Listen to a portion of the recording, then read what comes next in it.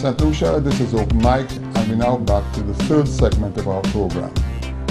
When we left off, I was just getting a couple points from Mr. Celestin as to why he was victimized, because I happened to see him on television, hence the reason I asked him to come on my show so he could highlight and explain to me what is going on, because my heart went out to Mr. Celestin.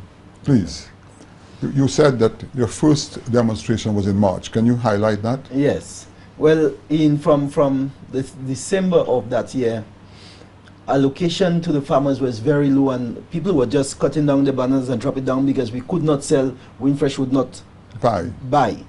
So then I organized the farmers and I said, okay, we're going to have a mini protest. So I called farmers together and I told them, let us protest, and I called the media. I said, come and have a look at what is happening to us. And as a result of that, the very week I had that protest, I wasn't given an allocation. I did not sell from that very week, no allocation. The second week, no allocation. The third week, no allocation. The fourth week, I was suspended. They told me I'm suspended for 6 weeks. Who suspended you? Windfresh. But is there an individual, did they write to you? Or how did they suspend you? They might just come to you and tell you, well, I'm okay. I got a letter from the UK that said your fruit was bad and you're suspended. Or they might just come on your farm and they might see a leaf with leaf spot and they tell you you're suspended. Or they see a banana without a diaphane on it and they tell you you're suspended. Okay. These are the ways that they just go about. But after that, they told me that I was suspended. I did the works. I tried to do everything to see, well, but they never. No avail. No avail. No matter what I did, they would always find another problem next time. Yeah. And then there was somebody who told me, about 2 of their field officers told me, it doesn't make sense, because they got directives to keep me out. Wow. Keep me out, that I do not come back and sell. So no matter what I do, the only thing that they can advise me to do as a friend is to apologize to them, to Windfresh. Apologize to Windfresh. Tell them, let's forget about that. I'm not going to protest again and anything of that nature. And then that might help the situation to bring me back.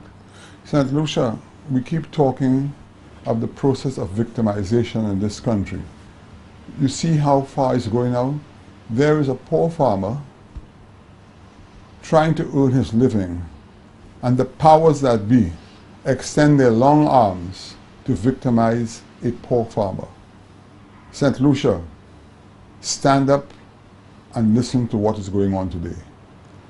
There is a gentleman in an industry that is, even though it is much smaller today than it was 30 years ago. I got some figures from him.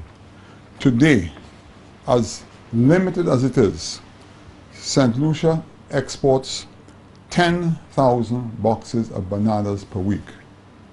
That's equivalent to $330,000 of foreign exchange coming to this country. Secondly, if you take it to 52 weeks a year, that gives a whole figure of $18 million in foreign exchange. Now tell me something. That's at the present rate. And as Mr. Celestin said, within 7 to 8 months from now, that amount can be tripled if only the farmers were treated correctly. I'm saying to St. Lucia that we are talking of unemployment, we're talking about trying to get manufacturing, we're talking about selling our passports to bring foreign exchange to the country, and we have a situation right here in St. Lucia, where our people can grow our bananas, put our people to work, supply our fruit, and bring in the foreign exchange. This is a pattern that has been ongoing in St. Lucia. From what I'm listening and hearing today, it's very simple. They are not giving the farmers a hearing. Now, we should recall that in the last year and a half, Sandals Resorts bought over $30 million in land and was ready to put down some 300 rooms for a beaches hotel and additional property to put down another 100 rooms for overwater suites. They were denied the incentive. The incentive was given by Grenada, Barbados, and Antigua. That hotel, if it was allowed to be built, would have employed some 800 persons. And those 800 persons would have been spending money in St. Lucia, but more importantly, with 400 extra rooms on island, with the kind of occupancy that Sandals promotes, which is like 80–90% year-round, you would have easily another 800 persons per day buying that fruit. You know, when I hear all these things, and I hear this administration complaining about difficult times, it worries me tremendously that some people are either not doing their job or they don't care. I don't want to believe the latter because I don't believe that anybody could be that heartless. But truth be told, this is what is happening. Now, tell me something, Mr. Celestin. Times must have been extremely difficult for you. It is. So, it is now how many weeks that you are being denied? It's about 7 months. 7 months. And so you have to sell your fruit locally. Locally, yeah. Now, tell me something. What percentage of your fruit are you able to sell locally? Are you able to sell all or you can't sell all? Well, I can't sell all. You cannot sell all? No, I cannot sell all. So, what would you say? Half? Well, I would say, about 20% of it. How much? About 20%. 20%. Yeah. So what do you do with the balance of the fruit? Well, sometimes I just leave it on the farm. But, I just leave it. But this is terrible. Yes, it is. Now, do you have a loan? You did make a loan when you started the production from a bank or anything to help you? Well, I always have loans. You always have loans? I always have loans. So, and, the loans from you owe certain banks. Where you get your loans from? Bank of St. Lucia. Bank of St. Lucia. Are you able to service your loans? Well, under that situation here, it is very tight, and as you may know that I'm a hustler. Okay. But St. Lucia, I want to say one thing, that if Mr. Celestin has a loan and he wasn't a hustler, that loan could become delinquent.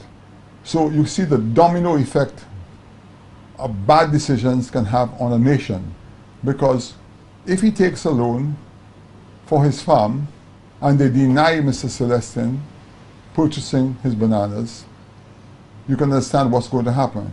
So again, it strikes me that the various industries on island are not working in tandem with each other. But tell me something, what else can you do with the bananas that you're left on the farm? What about the supermarkets? What about the hotels? Can you sell? Well, most of the hotels are booked right now, and what they buy, yes, and what they buy is ripe bananas, and so you must have a ripening room, and to put your bananas to ripe so that you can sell. Are there any ripening rooms on the island? Well, there are individuals with who do ripe bananas and sell, but nothing to say with that you can go to them, because everybody try to, because of what happened to them. Maybe the same thing that happened to me happened to them, where they could not sell Wind Fresh. So they devise a plan as to how they're going to get to sell out the bananas. So they decide, okay, I'll make a ripening room, and there are a few people who have decided, well, that's the way to go, and they make the ripening room and sell the bananas. Now, tell me something, Mr. Celestin. At this time, as we speak, how many current farmers are there on the island? At this time as we speak, banana farmers, There are only about 300 banana farmers. 300 banana farmers. Out of 11,000 banana farmers. In the heyday. Yes. Now tell me 11,000. something. The 11,000, the balance of the farmers that are not in the banana, what are they doing today? They bankrupt. Some of them just sit at home. Some of them work security. Most of them will try to find out a job of security. Or some of them, the younger ones, will try to see if they can go to Martinique and to work. And that is why we have so many young men On the block. especially from the valley, Yes. even dying at sea, you know, trying to go and make a living in Martinique. You know, and a lot of the young men are on the blocks in the valley. That is why you hear today, they speak of the valley as a place of corruption, a place of, because valley is a farming community, right? It's a farming community. And you take it away from them, what's left for them to do? You know, I want to say something to you, Mr. Celestin. About 2 years ago, a year and a half ago, when Neil Massey took over the majority shares in the CFL, I met with one of the directors, and he said that Trinidad can purchase up to 400 tons of bananas a week. And I mentioned it to the powers that be. I brought the gentleman to our hotel over lunch and I explained that to them. But more importantly, I went to Trinidad myself and I was introduced to a gentleman who has 15 small boats. They carry between 5 and 15 containers. Those boats are very fast.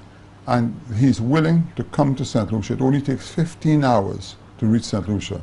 We can actually put the bananas in the containers and send it down to Trinidad. I went as far as mentioning to the government that since the boat would be coming to St. Lucia empty, that we could offer a freight rate to the people here to reduce the cost. Because the world is in a recession and you have to start thinking outside the box and doing things differently. It is not business as usual. And nobody has seen it fit to do that. Now, we have just come to the end of the third segment of our program, and we'll be right back.